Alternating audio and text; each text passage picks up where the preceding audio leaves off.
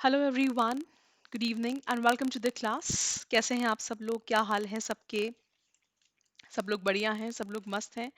So students, आज भी आप लोगों का ये छोटा ही सेशन है, मतलब बहुत बड़ा सेशन नहीं है, बट ऑफ कोर्स मैं आप लोगों को पेडागोजी की कुछ कुछ इंपॉर्टेंट टर्म्स बताने वाली हूँ।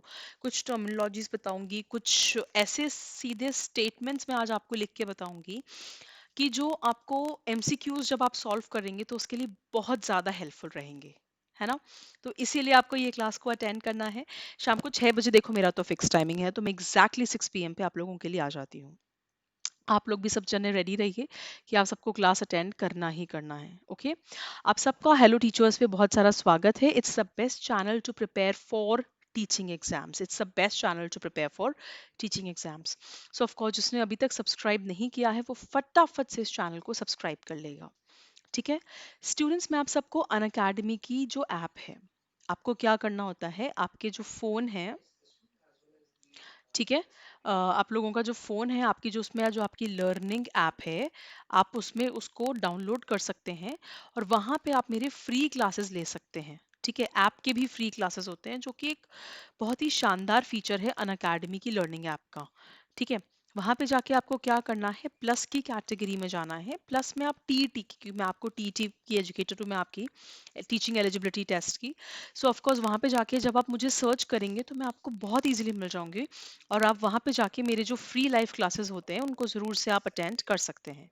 ठीक है, बिकॉज मैं वहाँ पे क्लासेस जुलाई मंथ से ले रही हूँ और रेगुलर मेरे वहाँ पे क्लासेस होते हैं।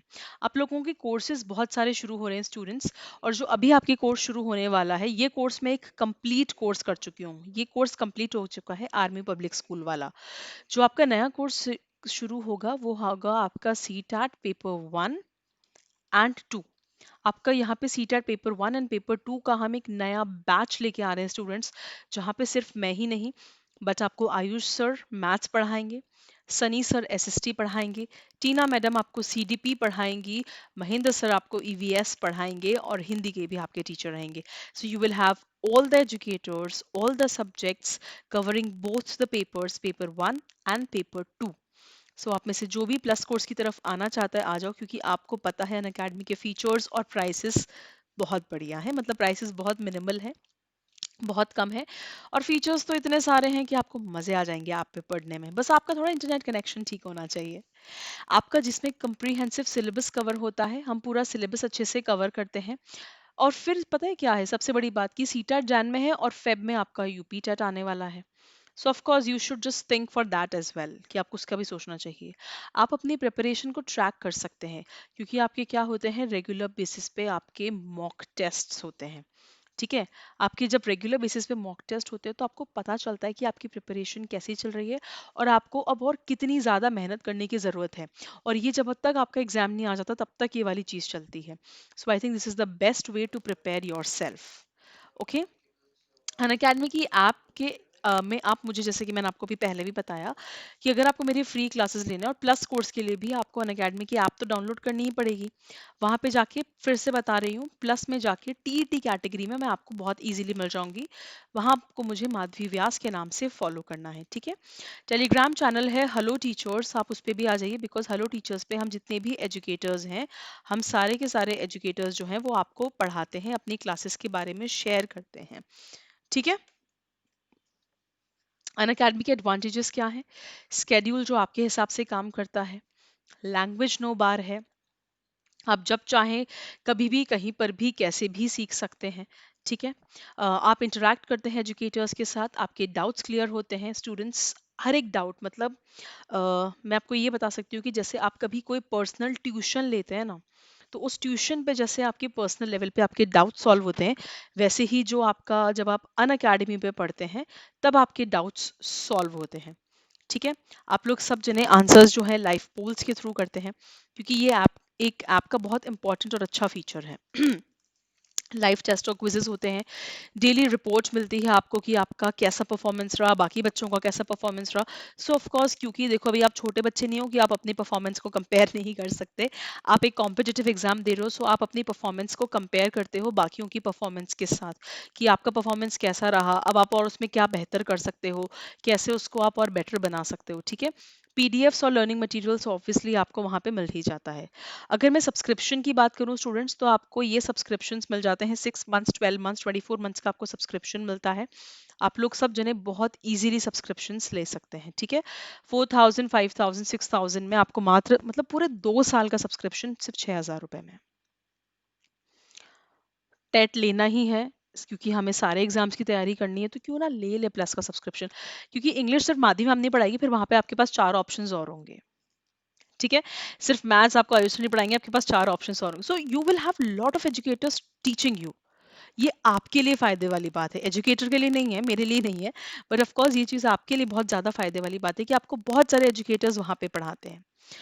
और अगर आपको मेरा पढ़ाना अच्छा लगता है ऑफ कोर्स, तो जब भी आप इस प्लस कोर्स को खरीदेंगे अनअकैडमी की लर्निंग ऐप से, तो आप ज़रूर से रेफरल कोड लगाएंगे माधवी, MADHAVI, तभी आपको मैक्सिमम डिस्काउंट मिलता है, ठीक है। प्लस कोर्स का जैसे कि मैंने बताया, आपका सी टैट का प्लस कोर्स आ रहा है in the month of November. तो इस प्लस कोर्स को जो भी जने ज्वाइन करना चाहते हैं वो ज़रूर से ज्वाइन कर सकते हैं, ओके। जितने भी जने ज्वाइन करना चाहते हैं वो ज़रूर से इस प्लस कोर्स को ज्वाइन कर लीजिए। पेडागोजी का रिवीजन है, कुछ इंपॉर्टेंट टर्म्स हैं, डेफिनेशंस हैं जो मैं ज़रूर से आपको लिखवाना चाहूँगी। सो बी रेडी गाइस, अपनी नोटबुक और पेन को रेडी कर लेना। थोड़ा बहुत कभी कभी थ्योरी भी पढ़ लेना चाहिए, हमेशा माध्यम मैम से क्वेश्चंस पढ़ते हो आप लोग। स्टूडेंट्स, ये मेरे टाइमिंग्स हैं, मंडे टू फ्राइडे मैं इस टाइम पे क्लास लेती हूँ। So of course these are my timings, दिन में 1 बजे और शाम को 6 बजे। और ये जो स्पेशल क्लास है ये आपका फ्री वाला क्लास होता है। ये मेरे आपके मंडे टू फ्राइडे के टाइमिंग्स हैं, ठीक है। So okay, so let's write few term. अगर मैं यहाँ पे आपके लिए एक ब्लैंक बना के लिखती हूँ, dash is not an objective, ये सीधे सीधे MCQ आते हैं। Dash is not an objective of CC। अब CC आपको पता है क्या है भाई, कंटिन्यूअस एंड कॉम्प्रिहेंसिव इवैल्यूएशन है, ठीक है। तो आप यहाँ पे क्या आंसर दोगे, what answer will you right,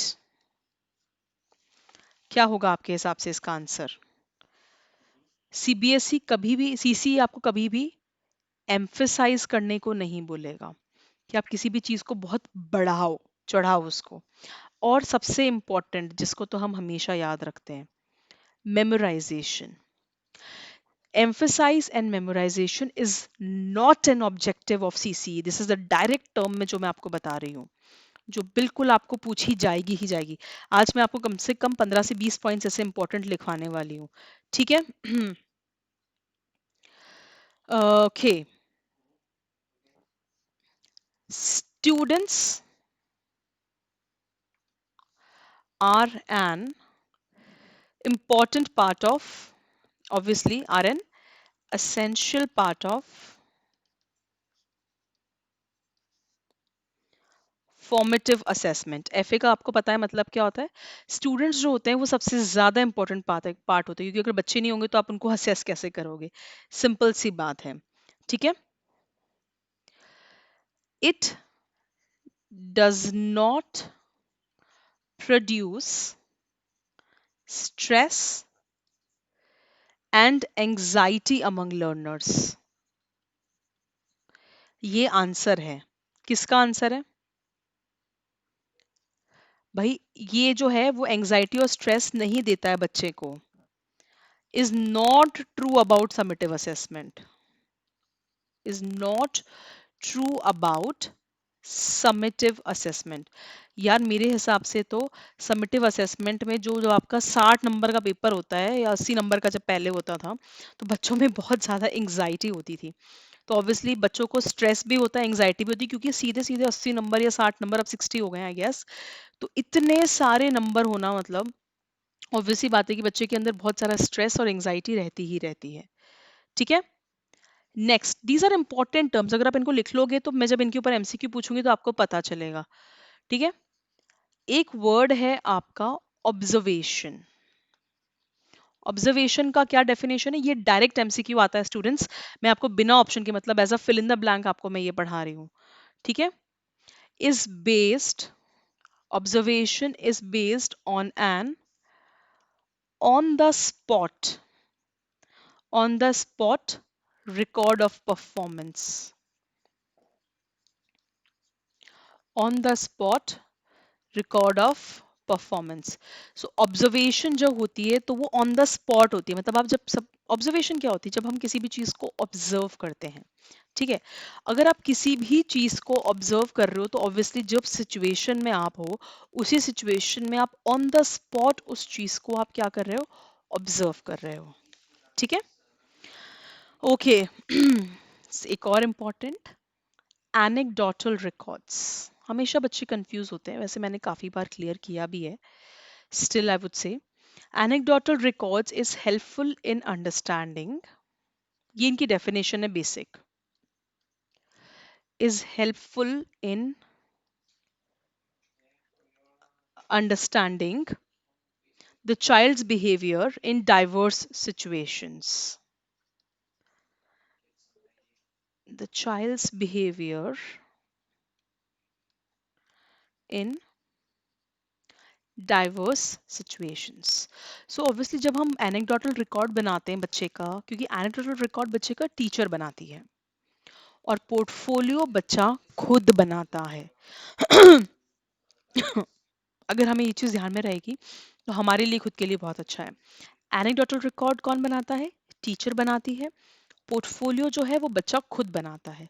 सो जब हम एनेक्डोटल रिकॉर्ड बनाते हैं तो सिर्फ हम बच्चे की मार्क्स नहीं लिखते हैं एज अ टीचर, बट हमारी ऑब्जर्वेशन होती है एज अ टीचर कि बच्चे के बिहेवियर में क्या क्या चेंजेस आए, बच्चे के अंदर ओवरऑल क्या क्या बदलाव आए हैं या क्या क्या चेंजेस आए हैं, उन सबको हम प्लेस करते हैं। That's called your anecdotal record, ठीक है। इंपॉर्टेंट है, याद रखना, ऐसे याद रखोगे तो याद रहेगा शायद, ठीक है। ओके। क्विजेस एंड कॉम्पिटिशन्स किस लिए होते हैं, why do we do quizzes and competitions, क्यों कराते हैं हम quizzes and competitions? Because it helps in building,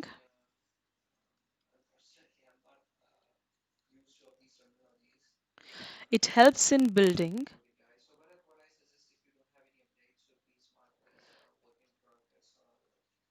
collaboration,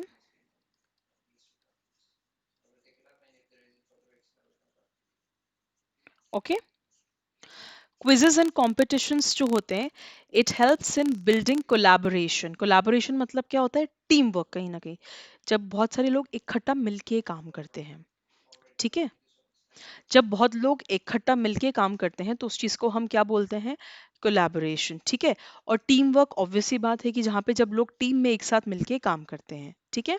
so quizzes and competitions इसलिए होते हैं ताकि हम बच्चों में सिर्फ कंपटीशन वाली भावना नहीं करें, बट ऐसा कि जहाँ बच्चे मिल के कुछ ना कुछ अच्छा प्रोड्यूस कर सकें या अच्छा प्रोडक्टिव चीज बता सकें, ठीक है।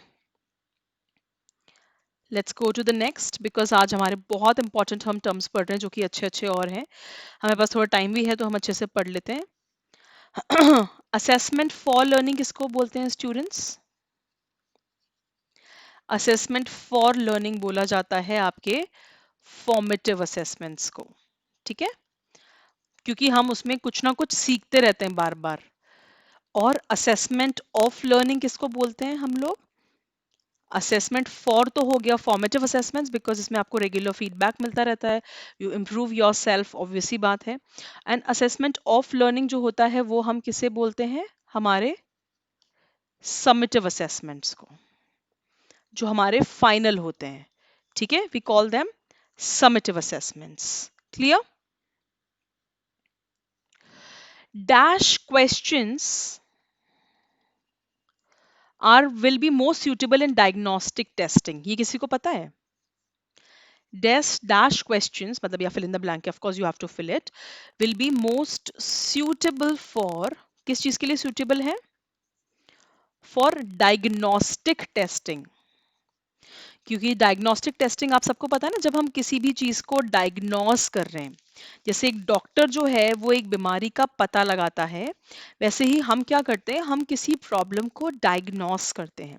जैसे बच्चा जो है वो किस चीज में गलती कर रहा है, भाई बच्चा बोल तो सही है रहा है, बट उसकी लिखने में गलती है, लिखने में भी स्पेसिफिकली उसकी स्पेलिंग एरर बहुत ज्यादा हो रहा है बच्चे का, ठीक है। सो वी डायग्नोस कि एक्चुअल गलती बच्चा कहाँ कर रहा है प्रॉब्लम को। तो कौन से तरह के क्वेश्चंस होते हैं जब हम बच्चे को डायग्नोस कर रहे हैं या जब हम उसकी प्रॉब्लम का पता लगा रहे हैं कि अल्टीमेटली बच्चे किस तरह की ज्यादा प्रॉब्लम फेस कर रहा है। सो ऑफ कोर्स कौन से तरह के क्वेश्चंस होते हैं? ऑब्जेक्टिव टाइप क्वेश्चंस, क्योंकि हम बच्चे को एमसीक्यूज दे दें, ऑब्जेक्टिव टाइप क्वेश्चंस दे दें कि जिससे हम बच्चे को डायग्नोस कर पाए, उससे कुछ 15-20 हम सवाल पूछ लें तो अल्टीमेटली कहीं ना कहीं हम उसकी प्रॉब्लम को, जो साइकोलॉजिस्ट हैं ऑफ कोर्स वो लोग तो डायग्नोस कर ही पाते हैं। ठीक है। 10th डायग्नोस्टिक टेस्टिंग पढ़ ही रहे हैं, एक और पॉइंट पढ़ लेते हैं। ठीक है, क्या पढ़ेंगे हम? अ, ये डैश मान लो, पर डैश का आंसर मैं नीचे रखूंगी। Is not an advantage, is not an advantage of diagnostic testing. uh, इनमें से कौन सा जो है वो डायग्नोस्टिक टेस्टिंग का एडवांटेज नहीं है या डायग्नोस्टिक टेस्टिंग की फायदे वाली बात नहीं है? इनमें से क्या होगा? इसका आंसर होगा इट हाइटन द एफिशिएंसी,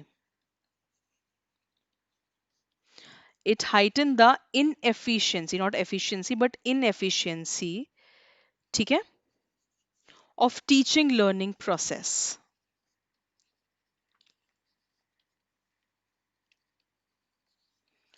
ठीक है। सो टीचिंग लर्निंग का जो प्रोसेस है उसको वो कम करता है या बढ़ाता है, वो इनएफिशिएंसी को बढ़ाता है, ऐसा नहीं है। जब हम बच्चे को डायग्नोज करते हैं तो ऑब्वियसली टीचिंग लर्निंग का जो प्रोसेस है वो कहीं ना कहीं बहुत अच्छे लेवल पे इन्हांस हो रहा है। ठीक है, जो आपका जो टीचिंग लर्निंग का प्रोसेस है वो कहीं ना कहीं बहुत ज्यादा अच्छे लेवल पे बढ़ ही रहा है, बहुत ज्यादा आगे चल रहा है। ठीक है, सो यू कांट से कि वो कम हो रहा है इन एनी विच वे। ठीक है, एक दो चीजें और कर लेते हैं जो हमारे असेसमेंट का ही पार्ट है ऑफ कोर्स। ठीक है,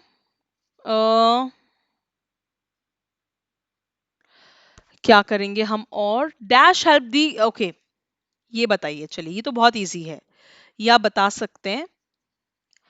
dash help the students to develop